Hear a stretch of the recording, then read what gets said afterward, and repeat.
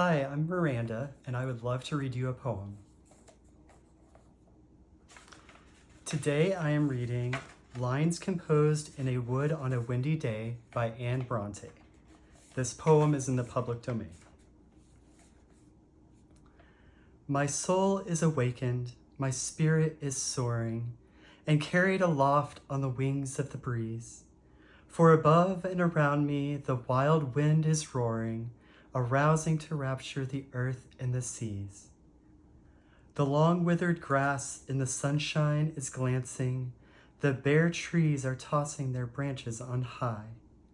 The dead leaves beneath them are merrily dancing, the white clouds are scudding across the blue sky. I wish I could see how the ocean is lashing, the foam of its billows to whirlwinds of spray.